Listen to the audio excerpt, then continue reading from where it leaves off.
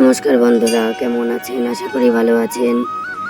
আজকে একটি নতুন রেসিপি নিয়ে চলে এসেছি। ডিমের কালিয়া রান্না করব। তোমরা পুরো ভিডিওটা দেখতে থাকো আমি কীরকম করে রান্নাটা করি। দেখো, এখানে 4টে ডিম নিয়েছি। ডিমগুলোকে আমি হাফ হাফ করে কেটে নিয়েছি। এখানে দেখো, 2টো বড় পেঁয়াজ নিয়েছি, একটা রসুন, কিছুটা আদা, শুকনো লঙ্কা, জিরে, তেজপাতা আর হলুদ, লবণ, তেল। এগুলো তো রান্নাতে লাগেই, তোমরা জানো। এবার পেঁয়াজ, আদা, রসুন আমি কেটে বেছে নেব।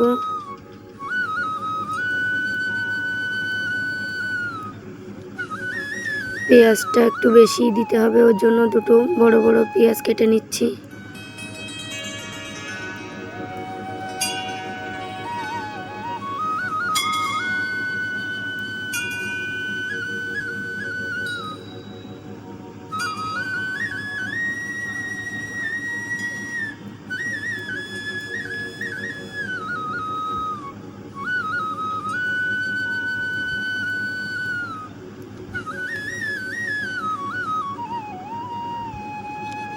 আমার সব মশলাগুলো কেটে বেটে নেওয়া হয়ে গেছে। এখন দেখো, এই ডিমগুলো আমি ভেজে নিচ্ছি।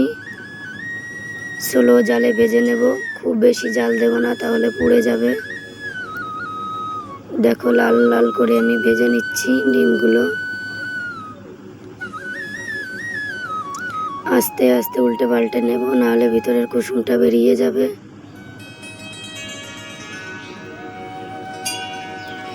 তেলে দেখো, তেজপাতা, জিরে ফোড়ন দিয়ে পেঁয়াজটা ভেজে নিচ্ছি।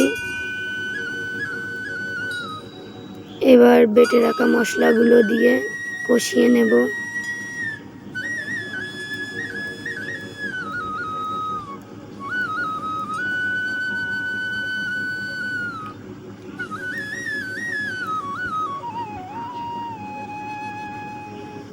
মশলাটা দেখো একটু ভাজা ভাজা হয়ে গেছে। এবার মশলা ধোয়া জলটা একটু সামান্য দিয়ে মশলাটাকে সিদ্ধ করে নেব।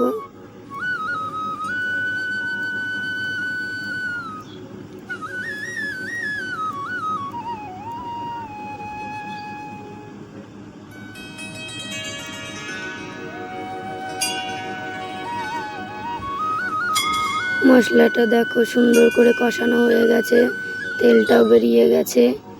এবার ভেজে রাখা ডিমগুলো দিয়ে আমি আর একটু নাড়িয়ে কষিয়ে নেব। খুব বেশি জোরে নাড়ানো যাবে না, তাহলে ভিতরের কুসুমটা বেরিয়ে যাচ্ছে।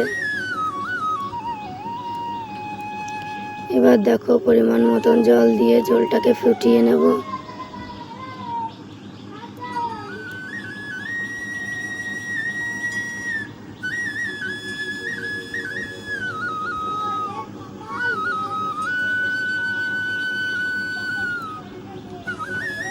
ঝোলটা দেখো ফুটে গেছে। আর একটু শুকিয়ে গরম মশলা দিয়ে নামিয়ে নেব, তাহলে তৈরি হয়ে যাবে ডিমের কালিয়া।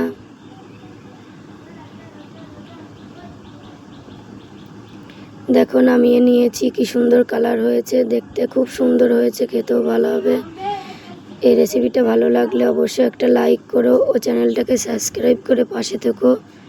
তোমরা এইভাবে বানিয়ে খাবে, খুব ভালো লাগবে। সবাইকে অনেক অনেক ধন্যবাদ।